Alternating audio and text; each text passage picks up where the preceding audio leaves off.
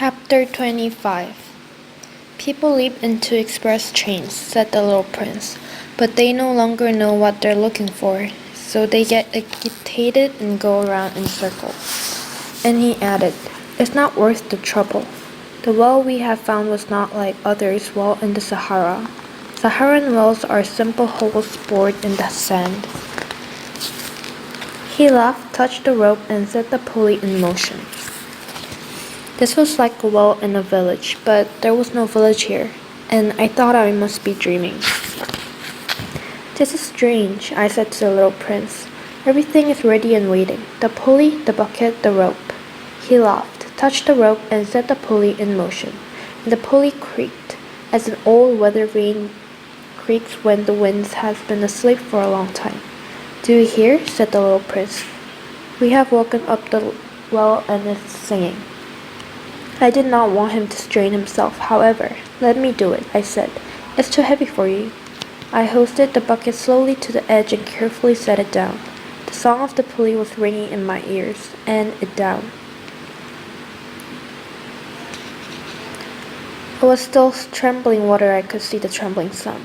"How I long for this water," said the little prince. "Give me some to drink," and I understood what he had been waiting for. I raised the bucket to his lips. He drank, his eyes closed. This water gladdened the heart. It was something other than a merged beverage. The sweetness was born of our march beneath the stars, of the pulley's song and the exertion of my arms. It was good for the heart, like a present. When I was a little boy, the lights of the Christmas tree, the music of a midnight mass, the tenderness of the smiling faces, all these together made up the radiance of the present I received. "Where you come from," said the little prince. "People grow 5,000 roses in one garden, and still they do not find what they're looking for." "No, they do not find it," I replied. "Yet what they are looking for could be found in a single rose or in a handful of water." "That is true," I replied, and he added, "but the eyes are blind. One must look with the heart." I had now drunk my fill of water. I breathed deeply. The desert sand at daybreak is the color of honey. I was happy too, on account of this color of the honey. Why then did I also feel such sadness? "You must keep to your promise," said the little prince gently, after sitting down beside me again. "What promise?" "You know, a muzzle for the sheep. I have to be responsible for my flour." I took the rough sketches from my pocket. The little prince glanced over them and said, laughing, "Your baobabs. They look more like cabbages." "Oh, and I have been so proud of my baobabs." "Your fox's ear. Well, they look more like horns, and they're too long." He laughed again. "That is not fair, my little fellow. I have only ever been able to draw the outsides of boas and the insider of the boas." "Oh, you'll manage," he said. "Children will understand." So I sketched him a muzzle, but my heart felt tight as I handed it to him. "You have plans that I do not know what about." He made no reply. Then he said, "You know the day I fell to earth. Tomorrow will be the anniversary." After a moment's silence, he went on, "I landed very near to where we were now." He blushed again. Without knowing why, I felt a strange sorrow. One question, however, occurred to me.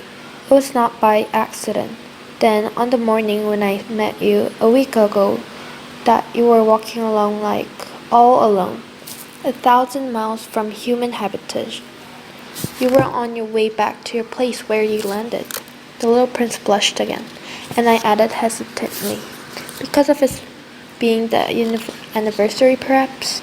The little prince blushed once more. He never answered question, but when somebody blushes, that means yes, doesn't it? "Ah," I said to him. Now I am frightened, but he interrupted me. "Now you must work.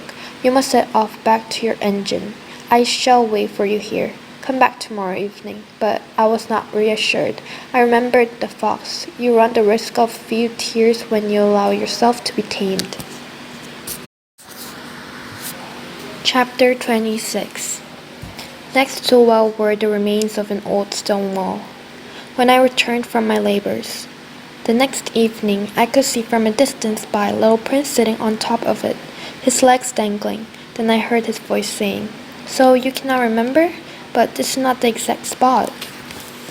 Another voice must have replied, Rory answered back, Yes, of course, it is the right day, but this is not the place. I kept walking towards the wall. Still, I could not see or hear anyone. However, the little prince answered again, But of course, you will see where my tracks begin in the sand.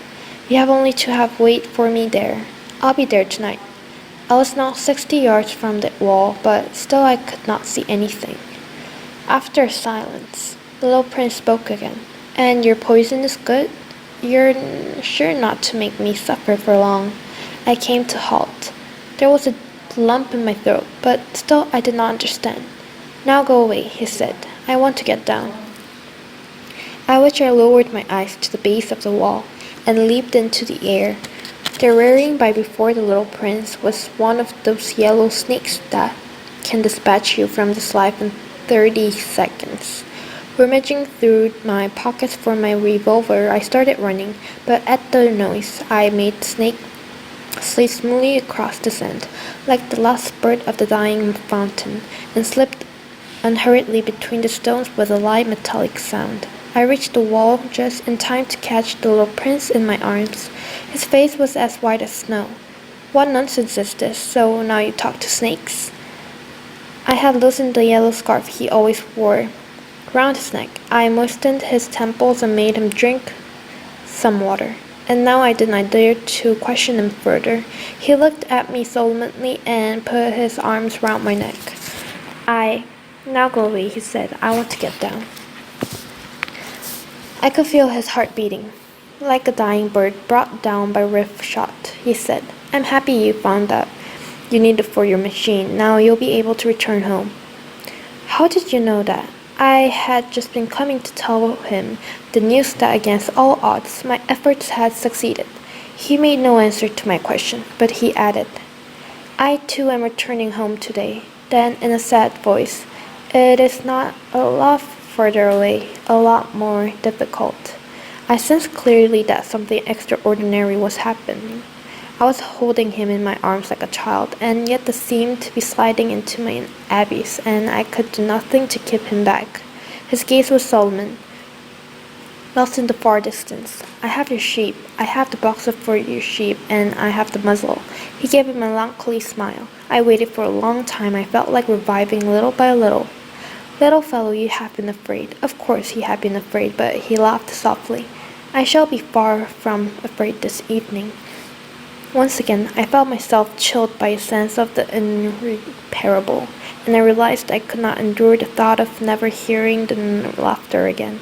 It was for me like a fountain in the desert. Little fellow, I want to hear your laughter again. But he said, tonight it will be a year. My star will be directly above the spot where I fell to earth a year ago. Little fellow, surely the story about a snake and a meeting place and a star is all a bad dream.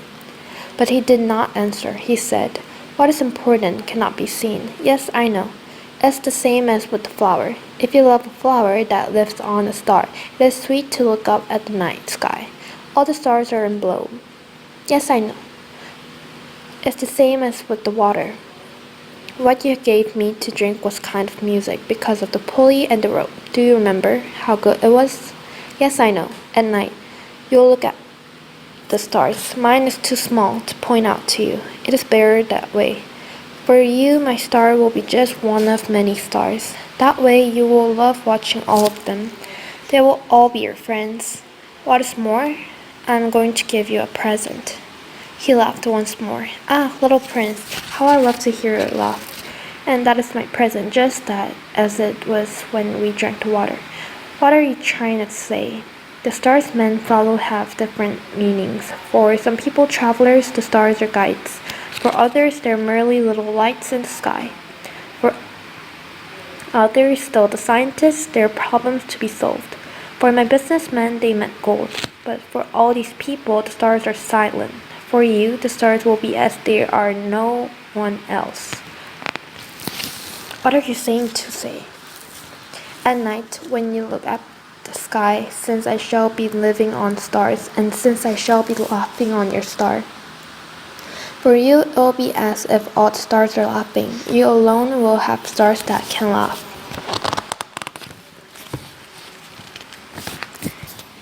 And he laughed again, And when you have got over your loss, you'll be happy to have known me. You will always be my friend. You will want to laugh with me, and sometimes you will open your window, just like that, for the sake of opening it. And your friends will be amazed to see you laughing as you look at the sky. Then you'll say to them, "Yes, it's the star. They always make me laugh." And they think you're crazy. I'll have played a mean trick on you. And he laughed again, as if instead of stars I'd given you a string of little laughing bells. And he laughed again. Then he became serious once more. "Tonight, do not come. I won't leave you. I shall seem to be very sick. I shall even seem to be dying. That is how it must be. Don't come to watch that. It is not worth the trouble. I won't leave you." But he was anxious. "If I tell you to, it is also because of the snake. He must not bite you. Snakes are spiteful. They can bite just for the fun of it. I won't leave you." But something seemed to assure him. "I suppose it's true that they have no poison left for a second bite." That night, I did not notice him setting off. He slipped away without a sound. When I managed to catch up with him, he was walking resolutely along with a rapid step. He merely said, "Ah, there you are," and he took my hand, but he soon began fretting. "You were wrong to come. It will upset you. I shall seem to be dead, and it will not be sure." I said nothing. "You understand. It is too far. I cannot take this body along with me. It is too heavy." I said nothing. "Left behind it will only be an old cast-off shell. There's nothing about an old shell." I said nothing. He began to lose heart, but he made one further effort. "It'll be rather nice, I too shall look up at the stars. All the stars will be well with rusty pulleys. All the stars will pour water out for me to drink." I said nothing. "It will be amusing. Do you see? You will have 500 millions of little bells, and I shall have 500 million fountains of water." And now he felt silent too, for he was crying. "Here is the spot. Let me take the next step, alone." And he sat down, because he was afraid. Then he added, "My flower, I'm responsible for her, and she's so weak, she's so naive. She was 4 tiny little thrones to protect her against the world. Now I sat down too, because I have no longer stand," he said. "Well, that's it all." Still hesitated a little, then he got to his feet. He took one step forward. I was motionless. There was nothing, except a flash of yellow near the ankle.